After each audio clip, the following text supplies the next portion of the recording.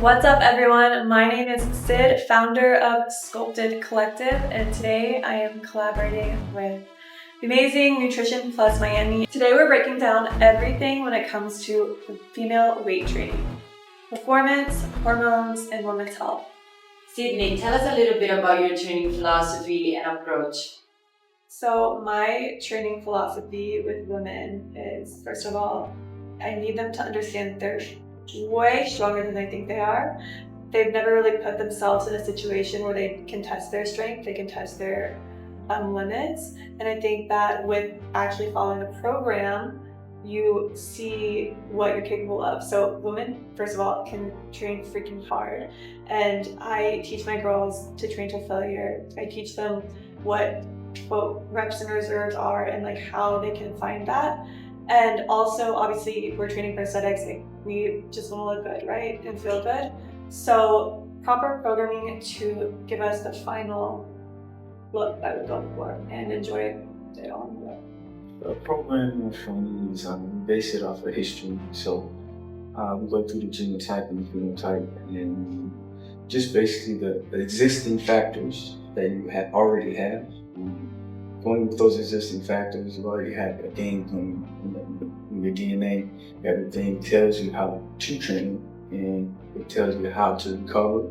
It tells you what type of recovery. It tells you what type of training is good for your body.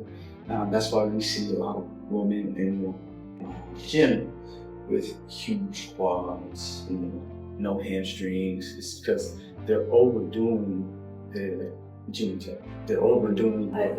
Yeah, for sure. They're overdoing. No hamstrings. Yeah, and we do things of what we see. So, how about let's start doing things, making it normal of what we already have. We have a blueprint, and it's called DNA. So we train off of that, and a lot of people have physique goals, and we train off of the physique goals also through the genotype.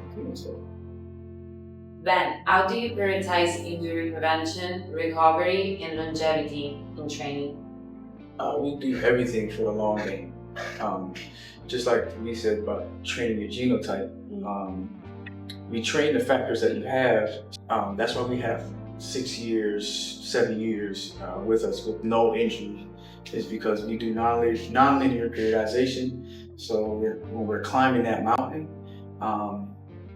we're not climbing the mountain always and then having a big drop. So we climb the mountain each week and then have a big drop each week. And we do that by low volume. You want to make training a part of your lifestyle. You want to make training a part of something that you do regularly.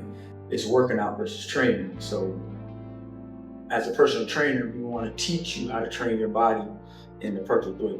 Yeah, but like Ben said, longevity is everything. That's the game that we're playing. And for my clients, we really focus on not training 7 days a week, every single day, being scared to like miss a day.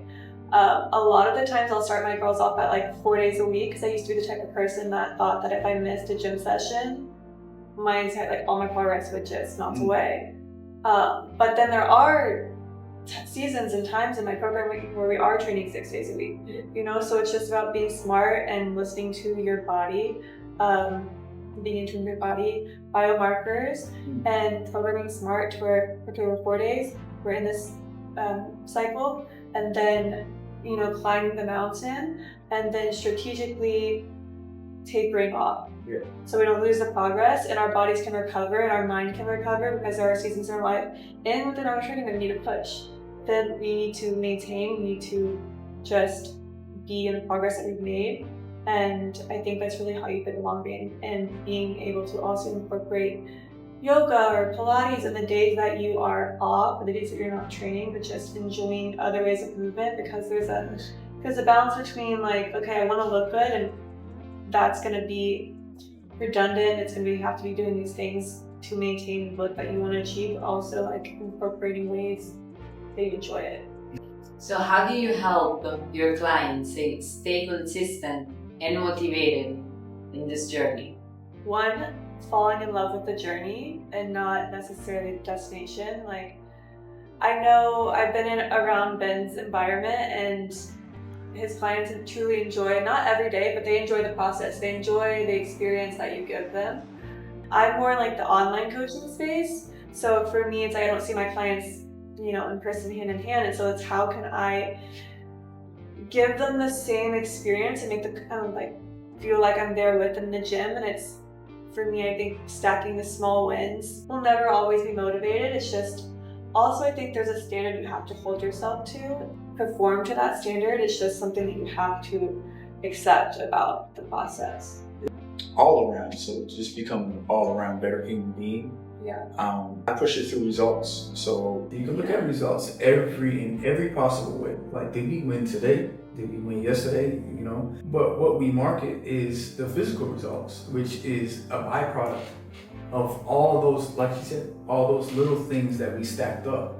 So those little things that we stack up each day, like, man, self-confidence. You can be a little bit more bolder in the workplace. You start taking care of yourself a little bit more. All those things that stack up.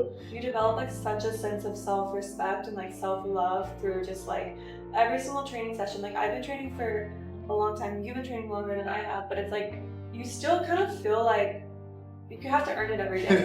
It's not like you just like walk in like, okay, all these years, it doesn't matter if I don't show up today. It's like you still like battle the same. I don't want to be here, like this is hard, this is heavy, this sucks, this hurts. Like all the things and all the emotions that, a beginner would even experience. It's like it never goes away. You have to like earn it like every day. There's always the next level. Yeah, there's always the next There's always the next level. I think also like finding a really strong why, like a deeper purpose. Nice, I like that.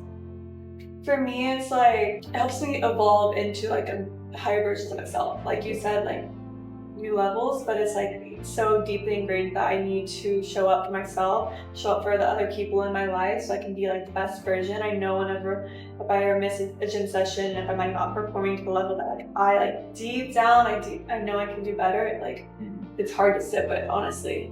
And a big thing is community. Every day is a different chance to build community. Every new identity that comes in that gym, we want to make them feel at home. And that, honestly, that's what makes the results happen. Because women are the most competitive beings on earth. So and fierce. Yeah. Fierce. So even that's a healthy competition. So behind community is competition, behind competition is results. Whenever you're starting a fitness journey, you're in a really vulnerable place usually. Why else would you take the next step? Yeah. And so I think having like that safe space and like having a trainer or coach that you really are bonded to in that like sacred like coach-client relationship, that I trust this person, I know they have the best interest for me, I know their knowledge, I know their wisdom, I know their results, but just having that person like in your corner, having that in my back pocket gives me such like a sense of peace, like whatever I'm moving through in life, and not in like I need to be your therapist type of way, but like someone's got me and they want the best for me and they're gonna push me, and like we're this team together, like we're in this game together. How do you program strength training for women without bulking? It's almost impossible to bulk if you're on just a regular strength pattern. A regular strength protocol, it's almost impossible. You will see bloating or swelling if your protein intake is high. Hypertrophy happens. You're not going to gain weight in a way of bulking legs. But what we do is we always pull 3 to 1. A lot of our women have that V taper, that shape. We pull 3 to 1 upper and lower, and then we sprint. We sprint a lot, whether it's on a drag training type or a sled or anything like that. Yeah, I think it's important when women come to me and they're concerned about getting bulky, I tell them train with as much like intention and intensity for 90 days. And if you feel bulky, we can, make some adjustments. And basically 100% of the time, they just feel tighter. They feel leaner. They don't have as much cellulite and their skin just lays differently. And so I think like for me, it's like I have to show them rather than like tell them, and just like trust the process first. 90 days, follow the plan, and you're gonna see that you won't get bulky, you just will start getting muscle and shape. And women don't have the hormone profile to get bulky. So talking about hormones, how do you adjust training for different life stages? Just in the last,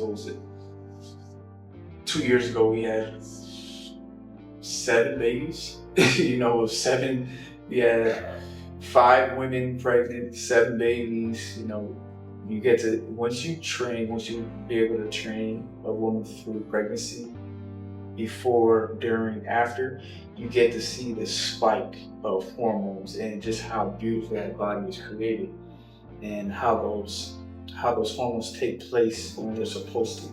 So for different hormonal changes throughout life or like the month as a woman, for me, I don't really program around cycle syncing. I do my best to lead my girls in a way that they're in tune with their bodies and they can train according to how they feel. If they want to take a day off their cycle or take a day off because they feel period symptoms, I'm fully supportive of that, but I think it's really just getting in tune with your body and learning about your cycle. I personally, and a lot of my clients do, is we track our period in Google Calendar, and we make notes every single day, like what phase we're in, how we're feeling, like how our performance was. And so we have this data that we can like go back to and say, okay, so last month this is how I was feeling on this day. Look at their training log that day, like how are they performing? And they can just kind of have this, stacked data with month to month that they can just start to really, really understand their body, because not every woman's body is the same. Not everyone has the same symptoms. So it's really like so individualized. And the best thing I try to teach my clients is like, learn your body and what works for you. And the more tools that I can lead them with, is the more confident and like secure they feel in their training. We talk enough about women, but what are the main and key differences between training men and women? The big difference is testosterone. The key difference is testosterone. The whole piece of the pie is testosterone. Like, you can give a man, 3 sets of 10, which 3 sets of 10 was, the study was built on all mesomorphs, and if we know anything about the somatotypes. Yeah, the 3x10 method doesn't exist. It's not supposed to exist. Testosterone is a cheat code. Women do have testosterone, but it's 20 times less than men. How we tweak that testosterone in women is train at a very high rate, in high intensity when they can train that high intensity. And men, you really, if you want to have that testosterone raised and you want to have that positive testosterone, train legs. You can train legs, 2 times a week, and then you go. Like, this is real easy. You don't really have to think about it. So you train a lot more men than I do, and I'm woman focused, and I'm curious to your insight on the different hormone profiles in men versus women and their training endurance. Women, you want to train women in more of a higher intensity when estrogen is at its highest. You want to train estrogen in the endurance mode, so like superset, tri-set, vagina sets, all those sets. And when estrogen is present, that's just my philosophy on it. And you want to stay away from that when cortisol is at its height. You want to stay away from that, so be more step by step. Men, you just train them through. You just do whatever in order to have results, basically. If you look at it like that, men just gotta work hard. So hopefully during this podcast you got to know a little bit more about me, my philosophies, my specialties, and you got to know more about Ben, what he specializes in, his philosophies, his clientele, and you can take away all the different ways that you can achieve results, optimize your health, your hormones, and your training. And if you want to continue the conversation, drop what you want to know more in the comments, and we will see you next time. Men think that they know it all. Yeah, man, I got a guy. Yeah, that guy's on clean trend, the whole everything. Perform better, and like, would I make more money, perform better at work, and like You'll perform better in every aspect of life, but you become a man. yeah, that's the That's the trade-off. You become, because you have testosterone, you lose your estrogen fat, you lose your butt fat, you lose your face fat, your voice. The first thing that goes is the voice. and I used to think that was reversible. Nah. Once the vocal cords get hit, like think of singers. They can't take their voice back. Not being able to breathe, the biggest thing. Yes, people don't breathe.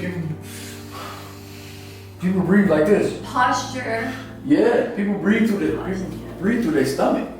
So I was like, I need to research testosterone and why. So too much testosterone, the bad testosterone, hair loss. Hair loss, big time hair loss.